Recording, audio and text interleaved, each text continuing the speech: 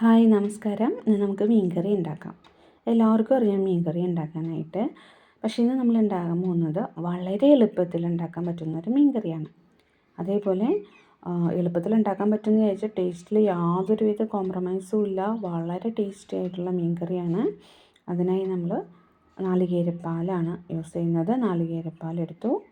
അതിലേക്ക് ഒരു ചെറിയ കഷ്ണം ഇഞ്ചി ചതച്ചത്, ഇഞ്ചി, സവാള ഒരു പകുതി സവാള മതിയാവും, പകുതി സവാള അരിഞ്ഞെടുത്തത്.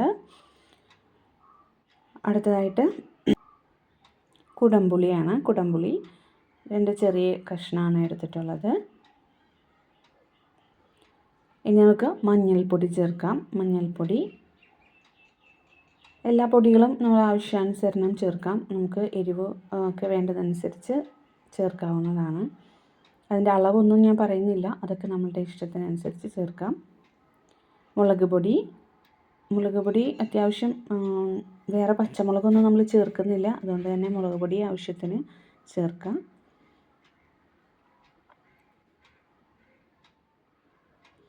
ഇനി എല്ലാം നന്നായി ഒന്ന് മിക്സ് ചെയ്തെടുക്കുകയാണ്. മുളക് പൊടിയൊക്കെ എല്ലാം പാലിലേക്ക് മിക്സാക്കി എടുക്കുകയാണ്.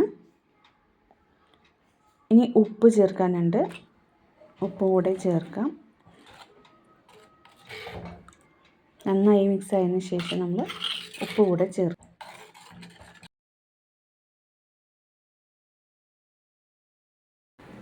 ഉപ്പ് ചേർക്കാണ്. ഉപ്പ് ആവശ്യത്തിന് ചേർക്കാം, പോരെങ്കിൽ നമുക്ക് ഇനി ചേർക്കാമല്ലോ.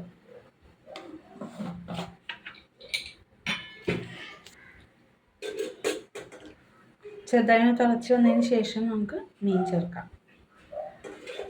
കുറച്ച് എളുപ്പമാണ്, പക്ഷെ കുറച്ച് സമയം എടുത്ത് ചെയ്യേണ്ടതാണ്.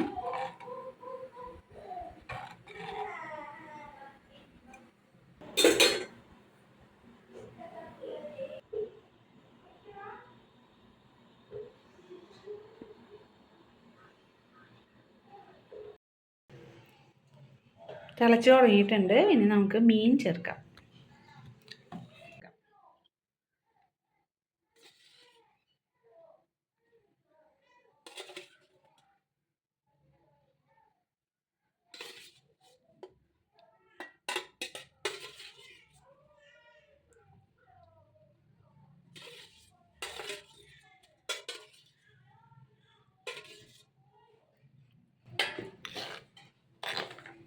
ചെറുതീയിൽ വെച്ച് നന്നായി പറ്റിക്കാം.